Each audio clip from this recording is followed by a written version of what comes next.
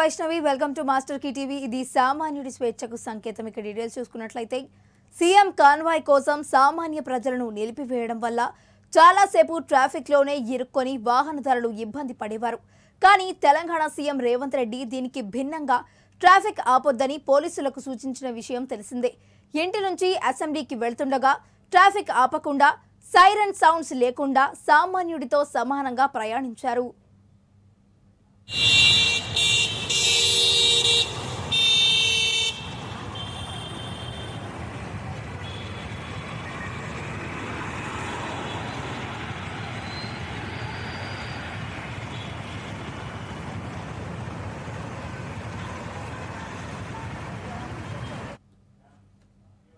మూడు రాష్ట్రాల ప్రజల రాకపోకలకు కీలకమైన నాగలదిన్నె వంతెనను ఆర్థిక శాఖ మంత్రి బుగ్గన రాజేంద్రనాథ్ ప్రారంభించారు.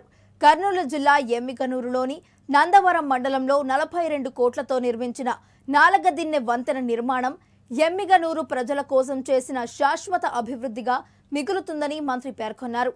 నాగలదిన్నె బ్రిడ్జిని పూర్తి చేయడం కోసం ఎమ్మెల్యే చెన్నకేశవరెడ్డి పడ్డ శ్రమ తపన మాటల్లో చెప్పలేనిదని స్పష్టం చేశారు.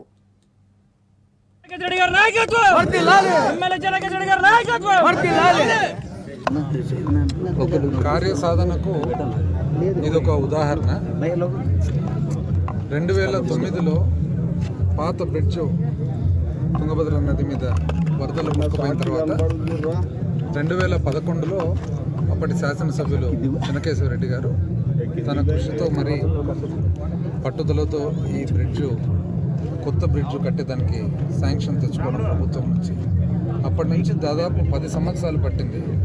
ఎన్నో ఇబ్బందులు ఎదుర్కొన్నా కూడా, మధ్యలో కరోనా వచ్చినా కూడా పట్టు వదలకుండా ఎక్కడ ఎన్ని అడ్డంకులు వచ్చినా కూడా దాటుకొని పూర్తి చేయడం జరిగిందనమాట. అందులో ప్రధానమైన కృషి స్థానిక శాసనసభ్యులు చెన్నకేశవరెడ్డి గారు. అదేవిధంగా ఈ పక్కకు ఆ పక్కకు మన నదికి ఇరువైపులా, అంటే అటువైపు అలంపూరు గద్వాల అప్ టు హైదరాబాద్ పోయేదానికి, ఇటువైపు మంత్రాలయం ఎమ్మిగనూరు చాలా ముఖ్యమైన కనెక్షన్. ఇదొకటి అక్కడ మంత్రాలయం దగ్గర ఒకటి. ఎందుకంటే పూర్వం నుంచి కూడా బంధుత్వాలు కానీ అటుపక్క నదికి అటుపక్క ఉన్న ప్రజలకు ఇటుపక్క ఉన్న ప్రజలకు ఎన్నో సంబంధాలు ఉన్నాయి. వాళ్ళందరికీ కూడా ఇప్పుడు చాలా అనుకూలంగా. రాష్ట్ర వ్యాప్తంగా అంగన్వాడీలు చేపట్టిన సమ్మె 9వ రోజుకు చేరుకుంది. దీనిలో భాగంగా కోనసీమ జిల్లా అమలాపురం పట్టణంలోని ఐసీడీఎస్ కార్యాలయం ఎదుట జగనన్న మా గోడు విన్నావా అంటూ భిక్షాటన చేపట్టి వినూత్న నిరసన తెలియజేశారు. ఈ సందర్భంగా వారు మాట్లాడుతూ తమ న్యాయమైన డిమాండ్లు నెరవేర్చాలని డిమాండ్ చేశారు. తమ సమస్యలను పరిష్కరించే వరకు సమ్మె కొనసాగిస్తామని ప్రభుత్వాన్ని హెచ్చరించారు.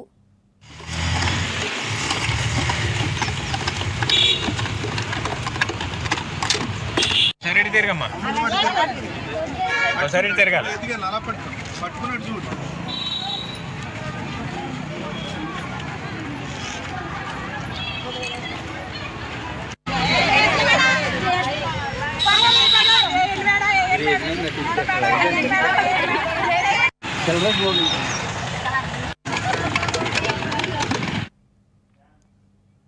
అనకాపల్లి జిల్లా బుచ్చయ్యపేట మండలం చోడవరం వడ్డాది మధ్య తాచేరు నదిపై విజయ రామరాజుపేట వద్ద గతంలో నిర్మించిన వంతెన కూలిపోయింది.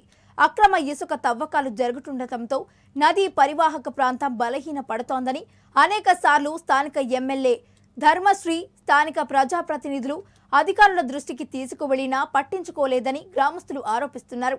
వంతెన కుప్పకూలిన ఘటనలో ఎలాంటి ప్రాణాపాయం జరగకపోవడంతో అంతా ఊపిరి పీల్చుకున్నారు.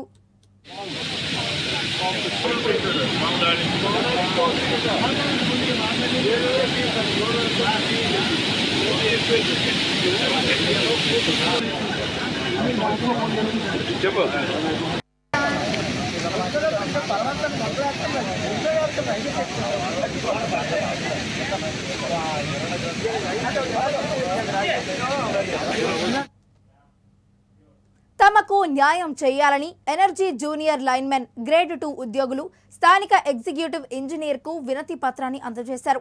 ఈ సందర్భంగా కలిమిరెడ్డి వీరబాబు, సూర్యనారాయణ మాట్లాడుతూ గత 4 సంవత్సరాల కాలంలో విద్యుత్ సంస్థ నందు పనిచేస్తూ విద్యుత్ సిబ్బందితో సమానంగా 24 గంటలు అందుబాటులో ఉంటూ తమ వంతు సహాయకారాలు అందిస్తున్నామని తెలిపారు. విద్యుత్ శాఖ ఉద్యోగులు చేస్తున్న పని మేము చేస్తున్నాం కానీ వేతనం మాత్రం సచివాలయం ఉద్యోగుల వేతనం ఇస్తూ తమ శ్రమను దోపిడీ చేస్తున్నారని ఆవేదన వ్యక్తం చేశారు. వ్యాప్తంగా 140 మంది చనిపోయారు. ఇంకా 300 మంది వరకు అంగవైకల్యంతో అంటే కాళ్ళు ఏళ్ళు పోయి చేతులు పోయి ఉన్నారు.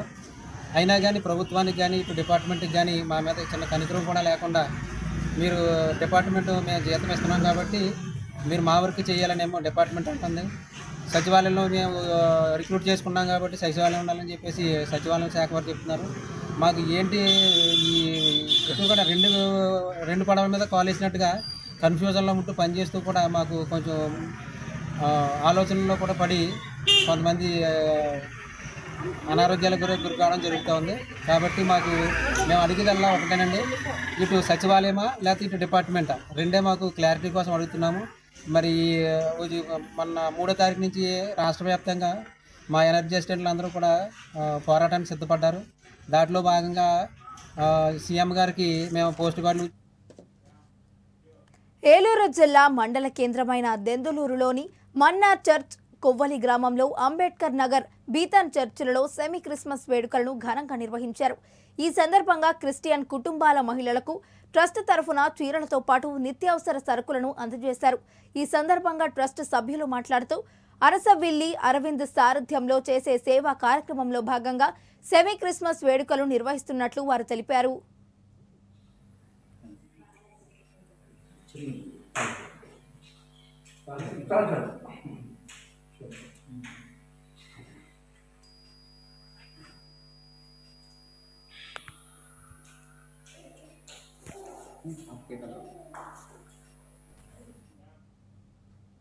ఈ నెల 24న విశ్వేశ్వరయ్య భవన్లో ముదిరాజ్ మేధో మదన్ సదస్సు, కాంగ్రెస్ పార్టీలో గెలిచిన శ్రీహరి ముదిరాజ్ ఎన్నికల్లో పోటీ చేసిన ముదిరాజ్ అభ్యర్థులకు ఘన సన్మానం నిర్వహించనున్నట్లు సంఘం కన్వీనర్ డాక్టర్ గుండ్ల శ్రీనివాస్ ముదిరాజ్ అన్నారు. సోమాజిగూడలో ఏర్పాటు చేసిన సమావేశంలో ఆయన మాట్లాడుతూ ప్రభుత్వంలో ముదిరాజులకు స్థానం కల్పించి రాష్ట్రంలో అతిపెద్ద కులమైన ముదిరాజులకు న్యాయం చేయాలని ఆయన కోరారు.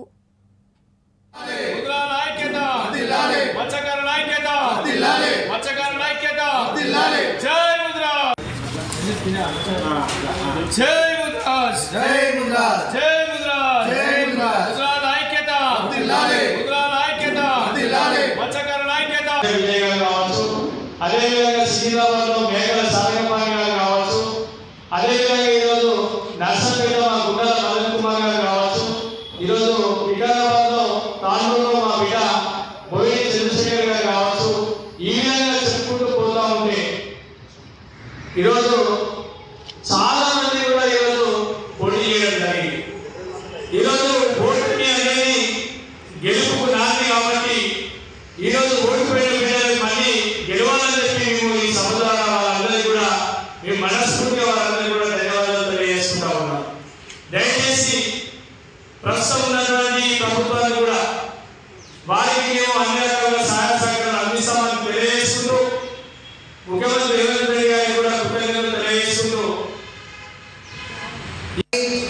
అంతేకాకుండా 2009లో ముదిరాజులను బీసీ మారుస్తూ జీవో కూడా మీరే 2009లో తీసుకుంటున్నారు. కాబట్టి కాంగ్రెస్ పార్టీపై ఉన్నటువంటి నమ్మకంతో ముదిరాజులు కాంగ్రెస్ ను భారీ సంఖ్యలో ఓటు చేయడం జరిగింది.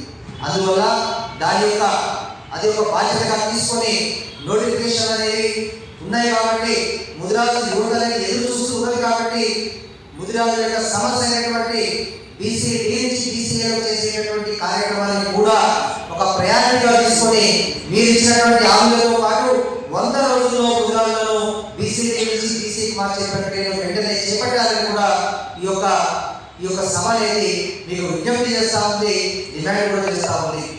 అంతేకాకుండా కాంగ్రెస్ పార్టీలో పనిచేసినటువంటి ముదిరాజు బిడ్డలకు కూడా నామినేటెడ్ పదవుల్లో హైదరాబాద్లో ముదిరాజు సంఘం తరఫున ప్రెస్ మీట్ చేయడం చాలా సంతోషమైన విషయము.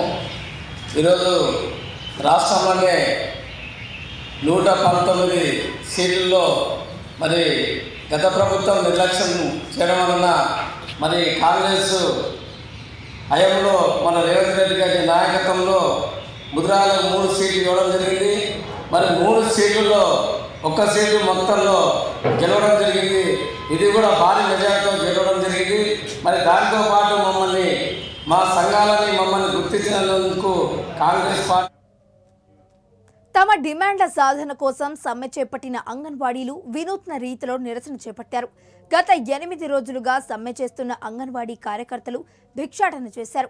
విశాఖ ఆర్టీసీ కాంప్లెక్స్ వద్ద భిక్షాటన చేస్తూ తమ నిరసనను వ్యక్తం చేశారు. అంగన్వాడీల సమస్యలు పరిష్కరిస్తారని గద్దెనెక్కిన జగన్ రెడ్డి మాట తప్పారని విమర్శించారు. వెంటనే సమస్యలను పరిష్కరించి కార్యకర్తలకు న్యాయం చేయాలని వారు డిమాండ్ చేశారు. వ్యాప్తంగా అంగన్వాడీలు చేసిన సమ్మె 9వ రోజుకు వచ్చిందండి. 9వ రోజుకు వచ్చినా సరే రాష్ట్ర ప్రభుత్వం నమ్మక నీరెత్తినట్టే ఉంది. అందువల్ల ఈ రోజు కనీస వేతనాలు కానీ అంగన్వాడీలకు కానీ ఇవ్వకపోతే రేపు పొద్దున భిక్షాటన చేసుకుని బ్రతకాల్సిన సమయం అని చెప్పేసి మేము తెలియపరచడం కోసం ఈ రోజు భిక్షాటన కార్యక్రమం చేస్తున్నాము. అందువల్ల ఇప్పటికైనా సరే రాష్ట్ర ప్రభుత్వం చర్చలకు పిలిచి న్యాయమైన డిమాండ్లు, అంగన్వాడీలు న్యాయమైన డిమాండ్లు, కనీస వేతనం 26,000 రూపాయలు ఇవ్వాలని, సుప్రీంకోర్టు తీర్పు ప్రకారం గ్రాడ్యుటీ అమలు చేయాలని, ఉద్యోగ భద్రత కల్పించాలని, అన్ని యాప్లు కలిపి ఒకే యాప్లో పెట్టేటట్లయితే మేము సక్రమంగా పనిచేసి తీరుతామని చెప్పేసి ఈ రాష్ట్ర ప్రభుత్వానికి మరి ఒక్కసారి విన్నవించుకుంటున్నామండి. ఇంకా కూడా రాష్ట్ర ప్రభుత్వం దిగి రాకపోతే మాత్రం ఆయన్ని ఎలక్షన్ లో గద్దె దించడం ఖాయమని చెప్పేసి అంగన్వాడీలందరం కూడా హెచ్చరిస్తున్నామండి. రాష్ట్ర వ్యాప్తంగా అంగన్వాడీలు చేసిన సమ్మె 9వ రోజుకు వచ్చిందండి. 9వ రోజుకు వచ్చినా సరే రాష్ట్ర ప్రభుత్వం నమ్మక నీరే. మేడ్చల్ జాతీయ రహదారిపై Medchal Toopran BMS auto union ఆధ్వర్యంలో ఆటో డ్రైవర్లు 200 ఆటోలతో ఈరోజు నిరసన ర్యాలీ నిర్వహించారు. తెలంగాణను మరో శ్రీలంకగా తయారు చేయవద్దని కాంగ్రెస్ ప్రభుత్వాన్ని కోరుతున్నామని ఆటో యూనియన్ నాయకులు అన్నారు. ఉచితాల ద్వారా రాష్ట్రం అంధకారంలోకి వెళ్లిపోతుందని, ఉచితాలు కాకుండా ఉపాధి కల్పించాలని, ప్రభుత్వం స్పందించకుంటే రాష్ట్ర వ్యాప్తంగా బంద్ చేపడతామని వారు హెచ్చరించారు.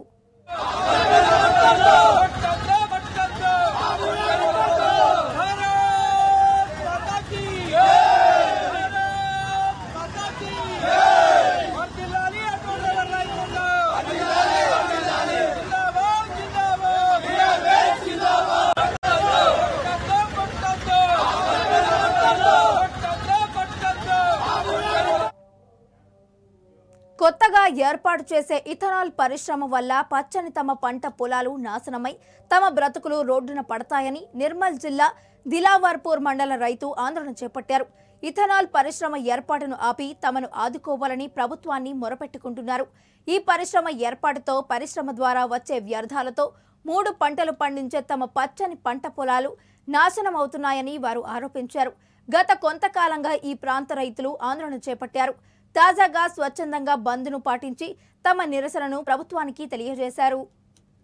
గుండంపల్లి గ్రామం మాది. గుండంపల్లి దిల్వార్పూర్ 2 గ్రామాల మధ్యన పచ్చని పంటలు వండుతాయి. మా దగ్గర 3 పంటలు వస్తాయండి. 3 పంటలు వండే స్థలంలో కొత్తగా ఇథనాల్ ఫ్యాక్టరీ అనేది నిర్మాణం మొదలెట్టిండ్రు. ఇథనాల్ ఫ్యాక్టరీ వల్ల మా పంటలు దెబ్బతింటాయి, కాలుష్యం బాగా వస్తుంది. 1 లీటర్ ఇథనాల్ తయారు చేయడానికి 1000-2000 లీటర్ల నీళ్ళు అవసరం పడతాయంట. అంత వాటర్ తీసుకోవాలంటే మా బోర్లు కానీ మాకు ఇక్కడ ఉన్న పరిస్థితులన్నీ దెబ్బతినిపోతాయి.